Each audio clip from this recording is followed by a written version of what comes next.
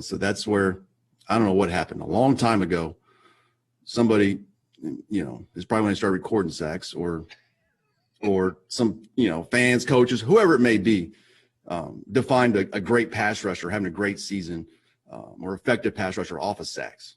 And that's one of the, I hate to use the word stupid, the stupidest things I've ever seen. You define a great pass rusher, by consistency. Somebody came to my office earlier, and I'm sorry, I'm kind of worked up on this, but I'm sitting there, we were talking about it. And I said, all right, you take player A. Okay. You take player A, and he had 13 sacks. Then we'll take player Z. We'll take regular season. He had 13 and a half. Who did you say is a better rusher? Well, you say they're both pretty consistent. They're probably about the same. Okay. So then you take player A that had 57 pressures on the year. Then you take, or 58, don't matter. Then you take player Z that over 100. Now who would you take? And you kind of start thinking about that. Then you throw in, then what's important is you look at the snaps. If a guy had, where Harold Landry had 670 something, right? And Preston had 450, somewhere around there. And Harold had a good year, and Chandler Jones had a great year, 600 something, but that's 200 more rushes. So that's why you have to look how they are affecting the quarterback.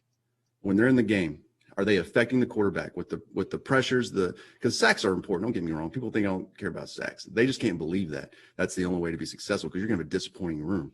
But when you look at the total number of pressures, and then you look at, his snaps, okay, and then you see kind of the pressure percentage. Z led the NFL. Preston wasn't far behind. He's top 10. That tells you you're affecting the quarterback, that you're doing your job, and you're not worried about, for whatever reason, some people think if you don't have double-digit sacks, you got a bad year. I mean, I can't remember, this was like halfway through the year last year, and it was Von Miller, and they're, his interview with him, and he's down. I got to get my sacks up. Von Miller finished the year with 83 pressures. He only had 8 sacks. 83 pressures. There's only 6 people in the league that had 80 pressures. 2 had 90 and 2 had 100. That's an unbelievable year. If Z only had 9 sacks last year, but 100 pressures, would he have a bad year? So, sorry going on a rampage with that, but that's the things that you got to sell to your room, that you had a great year.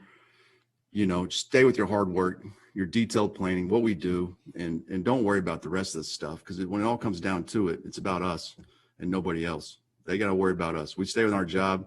We don't worry about the other outside business stuff. And I promise you, if you do that, if you don't think about that in your head all the time, you're going to affect the quarterback, because we stay on our game plan. That's why I always say it's hard to have a bad game. Z had one of the best games I've ever seen as a pass rusher against the Carolina Panthers. He had whatever 16, 17 pressures, where it may be, but he didn't have any sacks. Does that mean he had a bad game because he didn't have any sacks? No. He stayed on what he did, and he hit the heck out of the quarterback. Z had 43 quarterback hits last year. What's a quarterback hit? It's not bad luck. The quarterback threw the ball a split second before he got there.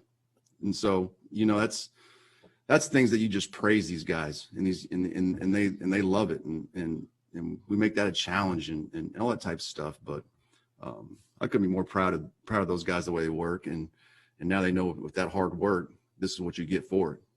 You get praised, and you have good years.